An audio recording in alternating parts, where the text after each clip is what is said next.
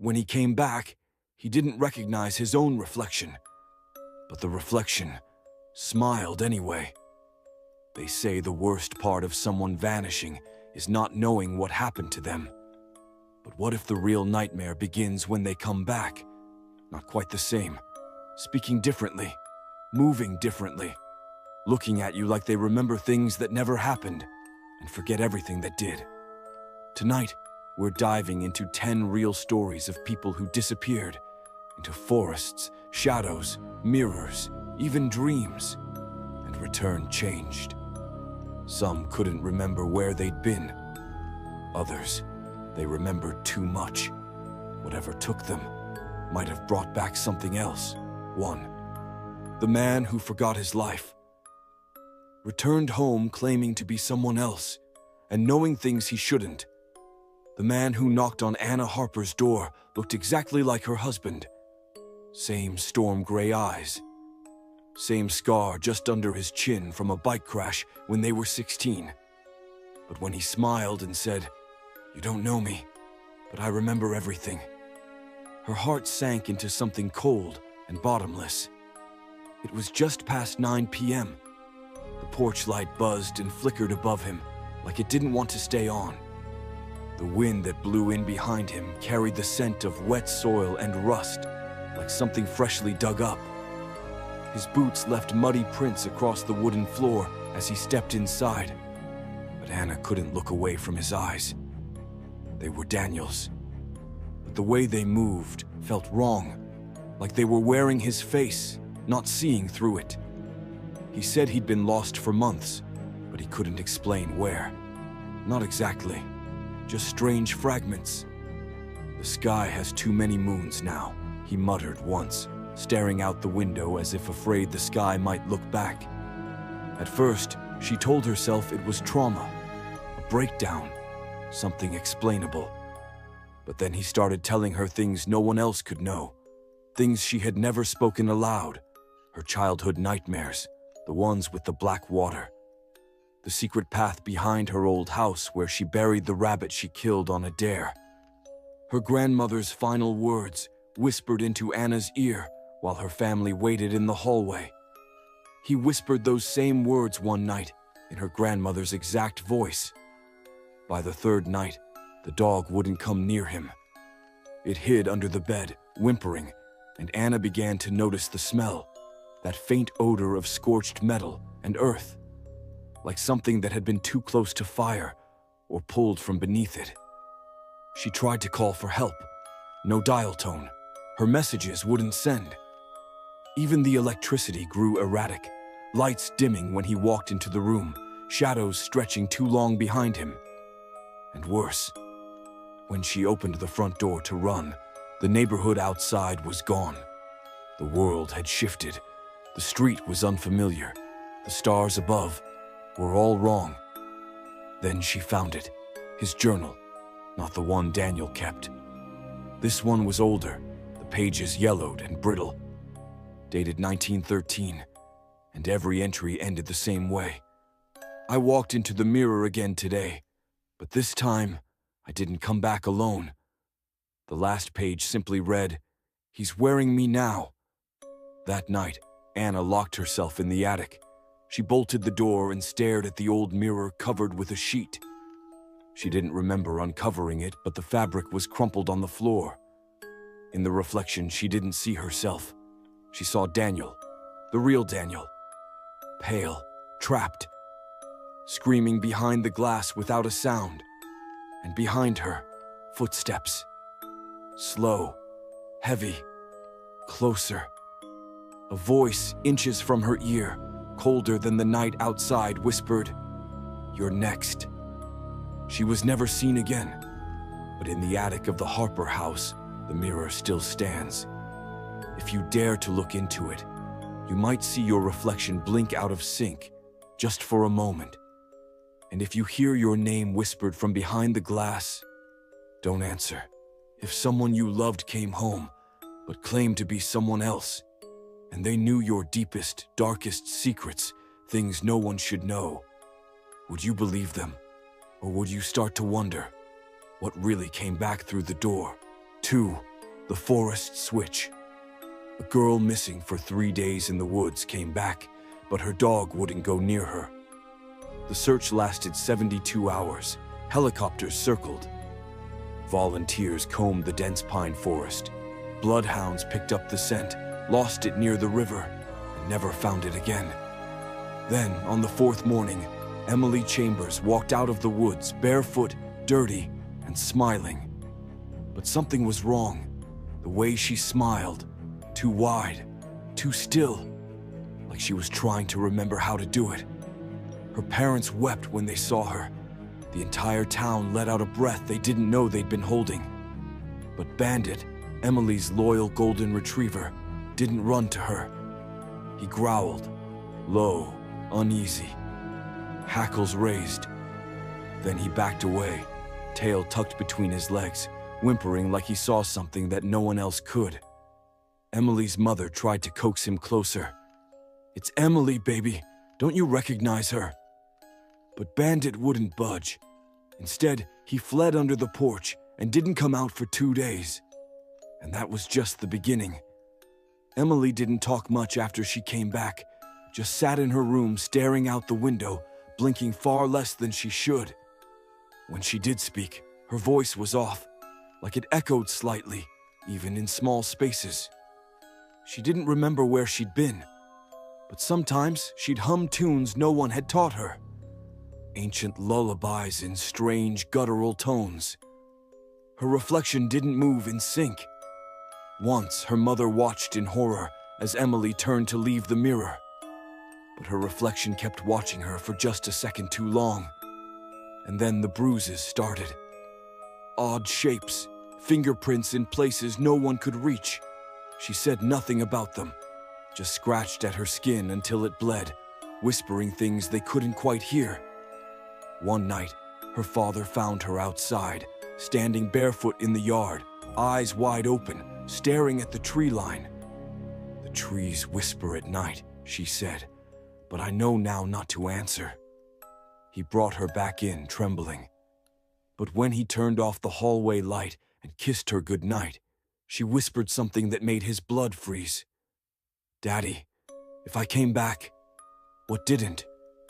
They took her to a therapist, a priest, a specialist in childhood trauma. But nothing helped, and Bandit still refused to enter her room. 3 weeks later, the family moved away in secret, left their house and everything in it. Neighbors said they saw Emily in the backyard the night before, digging a hole with her bare hands, humming that same twisted melody. Something watched her from the trees. The house sits empty now, but some nights, people say they see a girl standing just beyond the edge of the woods, pale, barefoot, waiting. If your child disappeared and came back changed, moving wrong, humming songs that didn't exist, and whispering things that no child should know, would you believe they were still your child? Or would you wonder what really came back from the forest? 3. The passenger. A man vanished during a subway delay, returned 7 months later, wearing the same clothes, untouched by time. It happened on the downtown 6 train, late evening, rain smearing the windows. The train ground to a stop between stations, swallowed by the dark concrete of the tunnel. The conductor's voice crackled through the intercom. "Service will resume shortly. Please remain calm." And for the most part, everyone did. Except for one man, mid-30s, tired eyes, charcoal blazer. He stood near the middle of the car, checked his watch, sighed, and muttered something about being late. Then, he walked toward the end of the train car. Not violently, not erratically. Just walked calmly into the connecting door toward the next car, and never came out the other side. When the train began moving again 5 minutes later, the man was gone. Not in the next car, not in the one after. Surveillance footage showed him entering the train at Union Square, but not leaving it. He simply disappeared. Transit authorities chalked it up to a miscount, a runaway. Another face lost in the city. But his girlfriend insisted. She said his phone never pinged another tower. He left his apartment to take the train. And then he was gone. For 7 months. And then one night, at the exact same time, on the exact same line, he came back. Same car, same seat, still wearing the same clothes, same tired eyes. Except this time, he was silent. He didn't say where he'd been. Couldn't. The doctors said his throat was perfectly fine, no trauma, no damage, but he wouldn't speak, wouldn't blink, wouldn't eat. He just stared straight ahead, hands resting on his lap like he was waiting for something. Police tried questioning him, therapists too, even hypnotherapists. But all he ever did was draw the same thing over and over again. A door in the tunnel, a door that shouldn't be there. When asked what was behind it, he finally wrote 3 words on a napkin. It saw me. His girlfriend said he sometimes wakes up in the middle of the night, standing, eyes open, facing the nearest wall like he's listening for something beneath the concrete. And the strangest part, the ticket stub in his pocket still read the date of his disappearance, still unscanned, still fresh, like not a second had passed. If you stepped off the train and vanished, only to return months later, unchanged, untouched by time, would you still be you, or would part of you be left behind that door in the dark? 4. The sleepwalker disappeared during sleep, reappeared in another city, barefoot, confused, and unable to explain how she got there. It began as just another quiet night. Claire was staying at her sister's house for the weekend, an old colonial home outside Charleston, wrapped in ivy and silence. She kissed her nephew goodnight, poured herself some chamomile tea, and retired early to the guest bedroom upstairs. The next morning, the bed was cold. The covers were folded back, and Claire was gone. No signs of forced entry, no footsteps in the yard, no clothes missing, no car gone. It was as if she'd simply evaporated in the night. They called the police. They searched the woods. They even drained the pond behind the house. But Claire had vanished. Until 3 days later. She was found wandering barefoot along a highway shoulder 193 miles away in Savannah, Georgia. Clothes wrinkled from sleep, eyes bloodshot, and no memory of how she got there. The soles of her feet were clean, as if she hadn't walked at all.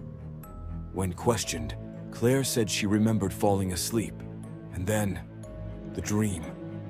A hallway, endless and dark. Each door she passed whispered her name, and behind one of those doors, something had been waiting for her. She didn't open it, but it opened for her. Her phone was found on the nightstand back in Charleston. Her last internet search. Can sleepwalkers open doors? Doctors were baffled. No history of sleepwalking, no signs of head trauma or medication side effects. They suggested stress, anxiety, or, more commonly, a fugue state. But Claire's sister remembers something else. She found a note on the guest room floor, scrawled in her sister's handwriting, except Claire swears she never wrote it. It read, "Don't let me sleep. I go places. I don't want to go back." Since then, Claire doesn't sleep in the dark. She keeps the lights on, the door bolted shut, and her bed surrounded with salt. But sometimes, her family says they still hear the door unlock at night, even when she's asleep, even when no one is there. If your dreams could carry you to places your body shouldn't reach, would you ever dare fall asleep again? And more importantly, what if something followed you back? 5. The mirror room claimed he stepped through a mirror, came back blind in one eye, with no medical explanation. It started with a dare. College student Liam Stokes was staying at an old manor-turned-artist retreat in upstate Vermont. The place was eccentric, full of antique furniture, taxidermy, and one particular oddity that stood out: the mirror room, The locals had their superstitions. They said the room was cursed, its walls lined entirely with tall antique mirrors salvaged from estate sales and forgotten places. No one knew why the room had been built that way. Some said it was once used for occult rituals. Others whispered that it was a doorway, a passage.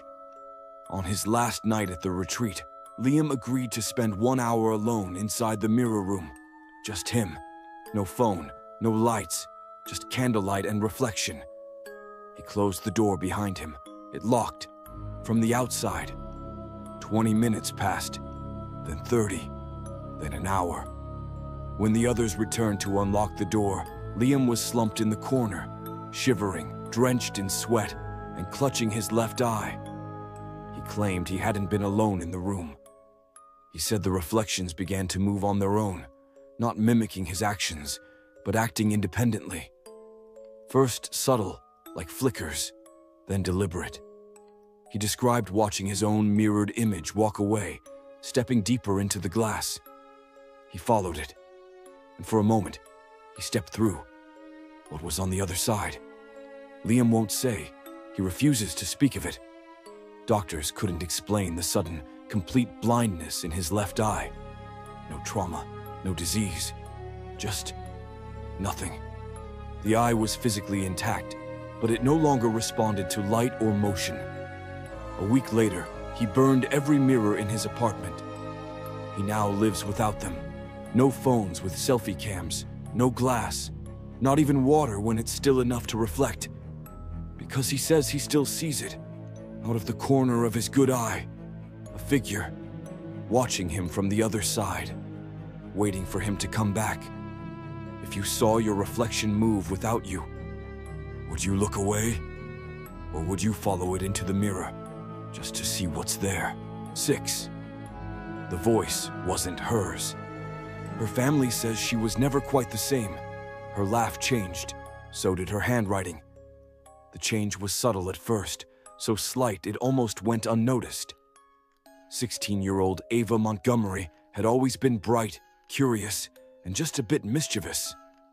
But after a routine school camping trip in the Appalachian foothills, something about her felt off. Her family couldn't quite explain it. They chalked it up to teenage mood swings or the stress of exams. Until they heard her laugh. It wasn't hers. It was deeper, slower. A strange, almost mechanical cackle that grated against the ear. Her parents laughed nervously, hoping it was just an impression, some joke she'd picked up from friends. But she kept doing it, even when nothing was funny. Then her handwriting changed. It used to be neat, looping cursive.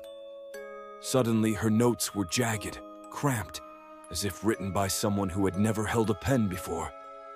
The letters were uneven, heavy-pressed, foreign.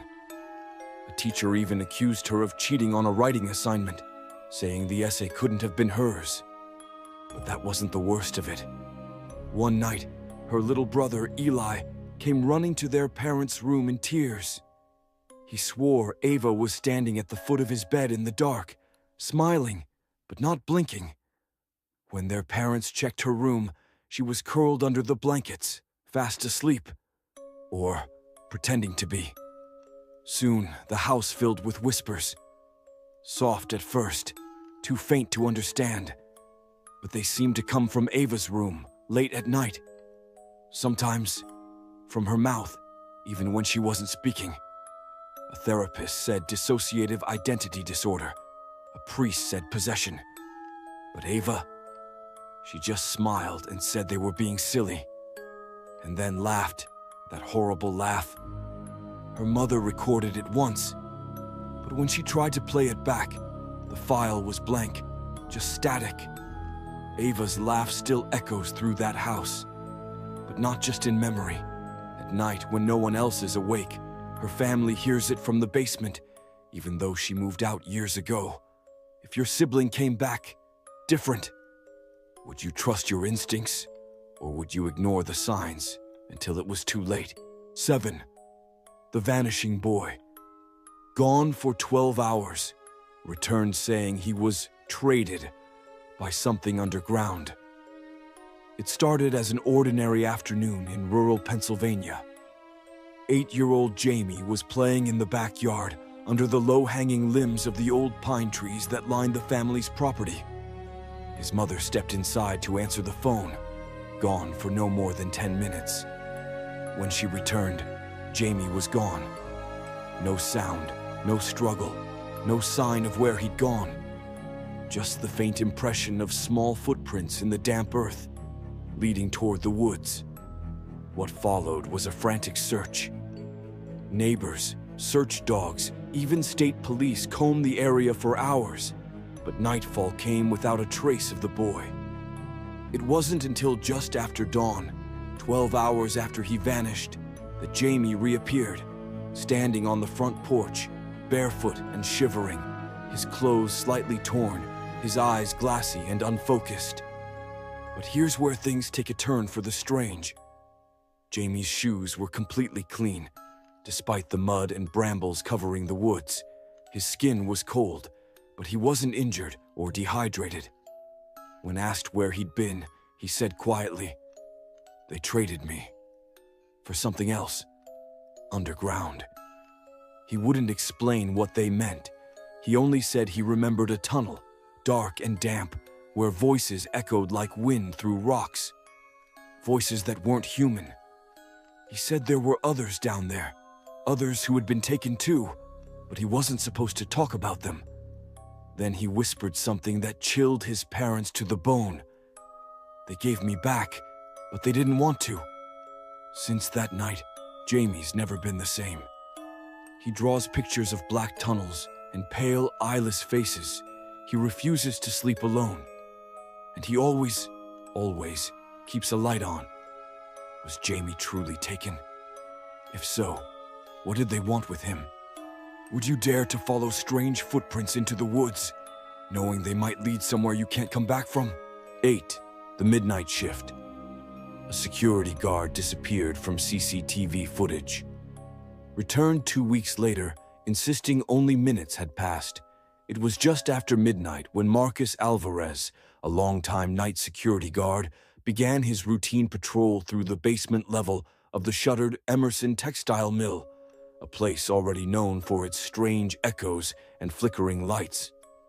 The building had been abandoned for decades before being converted into office spaces, but the lower levels still carried the weight of something old and unfinished. He radioed in at 12:03 a.m., all clear, just heading past the boiler room. But after that, he vanished. Not from the building, from the cameras. The CCTV feed captured every hallway, every stairwell. But at exactly 12:06 a.m., Marcus simply wasn't there anymore. One moment, his flashlight beam danced across the floor. The next, it flickered once and blinked out. When guards reviewed the footage, the hallway appeared empty, as if Marcus had never entered it. He was gone for 2 weeks, no trace, no credit card use, no phone pings. And then, just as suddenly as he disappeared, he reappeared. Same hallway, same clothes, same flashlight still warm in his hand. Dazed, confused, and insisting that he had only been gone for minutes. He described a place that wasn't quite the basement. The walls were there, but not solid. The space echoed but didn't make sound. He saw versions of the building that didn't exist, stairs leading downward into blackness, voices that echoed in reverse, and doors that pulsed like they were breathing. He tried to leave, but the exits just looped him back. He said something followed him there. Something that whispered his name behind every door. Medical tests found nothing wrong. But he doesn't work nights anymore. Won't even go near the building after sunset. And when asked what scared him most, he only said, "I wasn't alone down there. And I don't think I was the only one who came back. If you vanished for 2 weeks and believed only minutes had passed, would you trust the world was still the same when you returned?" 9. The shadow passenger, truck driver disappeared. His rig kept driving. When found, he wouldn't speak at all. It was just after 2 a.m. when state troopers received several 911 calls about an 18-wheeler barreling down Highway 86 with no lights and no visible driver. Witnesses swore the cab was empty, yet the rig moved straight and steady, as if someone or something was in full control. The truck belonged to Jacob Rellis, a seasoned long-haul driver known for his punctuality and spotless record. He had last checked in at a gas station 2 hours earlier, joking with the clerk and grabbing coffee for the night drive. Then, silence. Dash cams from passing vehicles captured something deeply unsettling. The cab's interior was pitch black, too dark even for shadows. The windshield reflected nothing. Some footage seemed to warp as if the air around the rig hummed. When authorities finally stopped the vehicle with a barricade, the truck rolled to a halt. But no one was inside, not in the cab, not in the sleeper. The driver's seat was ice cold, the coffee cup untouched. And Jacob Rellis, gone. He was found 2 days later, wandering barefoot along a stretch of forest highway over 90 miles from where the truck had stopped. His eyes were wide, unblinking, his fingernails torn, his lips moving, but no words coming out. When they tried to speak to him, he recoiled from his own reflection in a window, clawing at his face as if something foreign were staring back. Doctors ruled out head trauma. No drugs, no alcohol, just silence. He hasn't spoken a word since. What little he scribbles down is even more disturbing. There was someone else in the truck. It wore my face. I was watching it drive. It smiled at me every time I screamed. So tell me, if you passed a truck with no driver and saw a face staring out from the dark windshield, would you keep driving? Or would you pray it didn't follow you home? 10, the one who shouldn't be alive? Declared dead. Found walking roadside days later, with no memory of the accident, or who he was. The coroner signed the certificate. The body, mangled beyond recognition, but confirmed by ID and dental records, was buried in a quiet cemetery on the edge of town. A tragic car crash, brutal, fiery, final. His name was Peter Grayson, 32 years old, beloved son, gone. But 3 days later, just before dawn, a trucker spotted a man walking barefoot along Route 77, shirt torn, skin unburnt, eyes wide and unfocused. He was silent at first, then whispered just 2 words. "Where am I?" Hospital staff ran blood tests, fingerprints, everything they could. The result was impossible. He was Peter Grayson, the same man they buried. When they showed him photos of his past, he blinked slowly, confused. "That's me," he murmured. "Why do I feel like I'm not supposed to be here?" And he wasn't wrong. When his family came to see him, his mother screamed. "That's not my son," she insisted. "He looks like Peter, but that is not him." He didn't remember them, not their names, not his own. He asked strange questions. Do the stars still hum when it's quiet? Does this world have colors or just illusions of them? He winced when he saw mirrors, refused to sleep in the dark. And late one night, nurses found him standing at the window, whispering over and over. "They brought me back, but I think something came with me. And now it's watching, waiting. So let me ask you, if the dead came back, walking and breathing, but hollow behind the eyes, would you welcome them home? Or wonder what truly crawled out of the grave wearing their skin? You can lock your doors, turn on the lights, and tell yourself it's all just stories. But if someone you love ever disappears and comes back just a little off, ask yourself, is that really them, or just wearing their face? And if you've made it this far, still watching, still breathing, then maybe you haven't vanished yet. But strange things happen to those who linger too long with the unknown. So stay close, stick with us, and if something feels wrong in the days to come, leave a comment. We'll be watching.